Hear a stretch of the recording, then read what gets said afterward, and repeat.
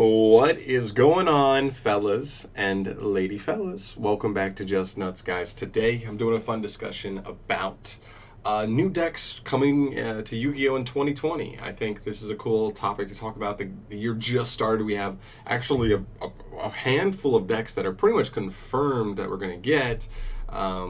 We just don't know really that much about them yet. As well as there's some other decks that I think we have a strong chance of getting this year, just because they just make sense. And so we're going to get the weird ones out of the way first. Technically, this is a top 10 video, but it's a loose top 10, so you'll see in a second once we get into it. So the first couple of decks I want to focus on are the rest of the Ignis decks that we've never gotten in the TCG yet, or in the OCG or TCG, really. We're still missing G-Golem from Earth Ignis, we're still missing Storm Rider from Wind Ignis, and we're still missing Armatos Legio from Lightning Ignis, right? That's how it's Light Ignis, whatever you want to call them. So we already have Marine Cess, Salamangreat, and Ad-Ignister. We're getting Ad-Ignister and Ignister at the end of the month, so that's pretty much confirmed. But the other ones are ones that we really are just still waiting on. Konami, for some reason, and it's weird because I think Armatos Legio, I think a lot of people would agree that one lends itself the easiest to just being made into an archetype. Design-wise, it looks really cool as long as the effects work well and truly reflect what the deck is. And I think it's supposed to reflect old-style military tactics, possibly Roman military stuff where it's all about formations. So that would be really cool, using link zones in that way that it changes how your strategy works, and that could be really cool. Earth Ignis, I believe it's a pretty defensive deck. I don't really probably deals with the battle phase a lot. And then Windy Ignis, which is I don't really know much about Storm Riders, but I've seen some of their designs, so they're kind of cool. They're like mechanical birds almost. Which we've already seen, but still, we're missing all three of these. Armatos Legio, definitely the one to look out for the most. And as far as other Linked Vrains decks that we're still kind of missing, you could almost throw the drone archetype in here. You could throw Hydra Drives in here. That's a villain deck, I believe. And then the Sun Avalon and Sunvine archetype as well, played by that professor guy. But either way, just a bunch of Linked Vrains decks that were fairly prominent in the show, but the show just ended, so it makes sense that we don't have them all yet. And I think Konami will catch up at some point and be it's time, we got to get these into the TCG. So I wouldn't be surprised if a couple of these, I don't expect all 6 of the ones I listed here to be made into a deck in 2020, but I would guess 2 or 3 would probably be in the game by the end of the year. And so it's cool. I hope it's Armatos Legio, Sunvine, and maybe G-Golem. Those are probably the 3 I like the most. But yeah, just wanted to cover those, just get those out of the way, because those are the loose ones, right? We have no confirmation that we're even getting these. I mean, Konami could just say, we'll wait 5 years to put these in the game, because why would we care? We got new stuff to worry about. Whatever. Moving on, though, we have another Linked Vrains deck that is already actually confirmed in Codebreakers. I believe, in the past, 2 weeks, we got this guy confirmed, Codebreaker Virus Berserker, the first Codebreaker card.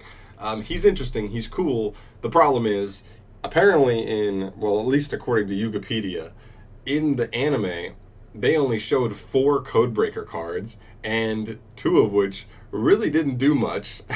The main deck monster doesn't do much. The Link 2's okay. This guy's pretty interesting. And the spell, I don't really remember. But there's only 4 cards to it, and that's not enough, especially when your Link 2 requires 2 Codebreaker monsters. Obviously, they might, change how that works and how the archetype works a little bit just to match, TCG standards and, the real games, lineup. But it's interesting. I put it, on the lower end here just because it's, it's interesting enough, but unless they introduce more cards than just the 4 that were in the anime, or adapt some of those cards so that they fit way better and actually way more powerful in our game, then I don't really see this changing much. Doing much, really, so I have it here in last place, or at least interesting of the ones we have confirmed. Next up is the new Beast King Barbaros archetype. Now, we've got, technically it's not confirmed that this is a new theme, but it kind of really lends itself to be, right? Based off how this guy works, he really wants you to play other Barbaros cards, except there's only 2 others, one of which is completely unplayable. The other one is the original Beast King Barbaros, which is an okay card. It's definitely been power crept, in the game at this point. But this guy's really interesting. So, like, he gets to attack everything once. He can special summon himself by, essentially, doing like a ritual summon, just tribute 8 levels worth of monsters to special summon it from hand. Then you can banish a Barbaros from hand or field to target 2 cards and destroy them. And yeah, he just does a lot of good stuff. Like, he's a good boss monster, but he doesn't, like, his effect where he tributes a Barbaros monster, you don't really want to tribute himself. He went through all that effort just to get him on field. He gets to attack everything, and then you're going to tribute him to pop 2 cards. You probably just put too many materials into just popping 2 cards. But if he is built into an archetype where there's other Barbaros monsters, then maybe we could see something happening. And I think that's where they're looking to go. I think this is a good choice, too. I think when you look at older cards that kind of remind you of Thunder Dragon, of stuff like Dark Simorgh, those one-off cards that kind of could have an archetype built around them, I think Barbaros is a good option. And so we'll see what it does. I think it'll be a more offensive archetype. I think it'll do a lot of removal. I mean, this card and Barbaros already have that covered. And yeah, so I'm excited to see if there is anything else, or I don't know. Hopefully there is, and if there is, hopefully it's good, and I'm excited to see what comes there. Next up, we have 3 decks that kind of go all together. This is the new Secret Slayers deck build pack, volley of decks. So if you don't know about the deck build packs, it's just a pack where they literally give you they have been, this has been the standard is 13 new cards for 3 new archetypes, brand new. They don't really support stuff. I mean, the closest thing you could say is support is when they came out with the Secret 6 Samurais. When we already had regular 6 Samurais and they kind of worked together, so that was kind of support. But usually it's brand new archetypes, their first 13 cards. And yeah, so we've got a rock archetype. We don't really have anything. Also, we don't have anything. We don't have names for the archetypes. We don't have any card effects revealed for the archetypes. We just know artwork for 3 cards from each, or 1 card from each archetype, and what type the archetype is going to be based around. So this one up top is like a rock dragon. He's kind of like a crystal dragon, which is cool there. Works with Gallant Granite. They also mention a couple cards that recently have come out that help these decks generically. We have a plant based archetype based around this plant princess girl, and they bring up Lone Fire Blossom because it was reprinted in Mystic Fighters, which is nice. And then we talk about a zombie archetype that gets a support from Jacaboran or Jacabolan from the Ignition Assault set coming at the end of the month.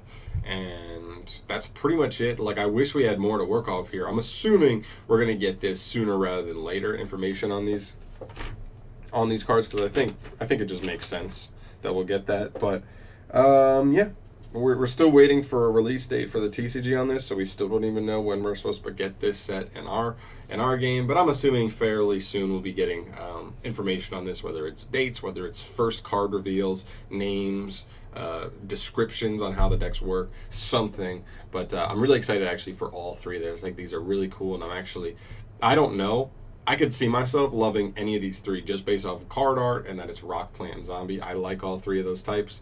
I just need to see what they do, and I could see myself liking any of them. So I'm really excited for all of those. And the last one, and by far the most hype one to me, and also Mike, my good friend, he's been on the channel a couple times, is the new pirate archetype coming in Ignition Assault. Now, we know less about this than we know about this. I mean, well, sort of.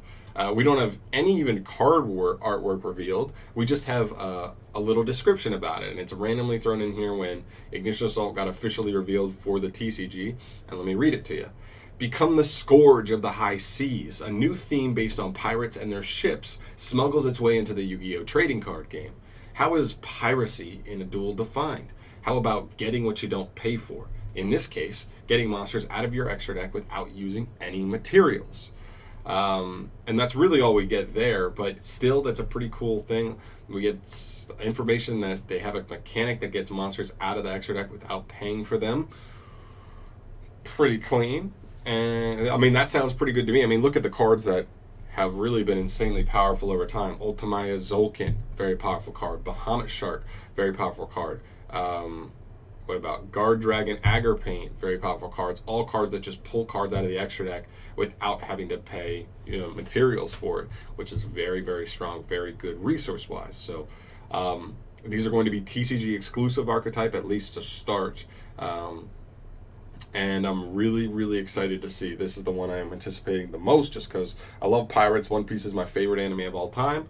I'm a big anime guy, and I don't know. Pirates is like the first legit pirate archetype. You know, Time Thieves started out iffy, but now they really are coming along and going to have a chance at being their own deck. And I think this could be something similar there, especially with just off the small description we get there, just and how the deck could work. So really, really excited for that. Really excited for the Secret Slayers decks, all three of them.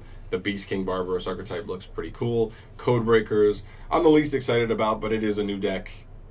I'll take a look at them, but if it works the same as it does in the anime, then I'm just gonna skim over this deck, no worries. And then, you know, like the 6 or whatever decks from the anime that have not been imported but were used by pretty prominent characters too. So that's pretty much it for the video. I just want to go over all the stuff, all the decks that like we could get, you know, revealed that are to be very, very new. There's other new decks we're going to get very soon, but we already know about them. We already know their first 10 to 15 cards, you know, the Adignister stuff, the Senka stuff, the Megalith stuff. We already know about like all those, the Sea Diva, or Deep Sea Diva, Deep Sea archetypes, all those, but we already know what those cards do. These are the ones that like are going to be coming soon and that we don't really know that much about. So these ones I'm definitely keeping an eye out for. Of course, stay tuned to the channel, because I am going to be pretty much making a video every time any kind of information comes out for any of these new decks. And yeah, thank you so much for watching, guys. As always, subscribe to the goddamn channel if you have not yet, because you just should. If you made it this far, it means you like the discussion. You're interested in the discussion. So subscribe if you want to see more of those. And of course, news for pretty much anything cool Yu-Gi-Oh wise, Yu-Gi-Oh related. And yeah, I'll catch you in the next video. Peace.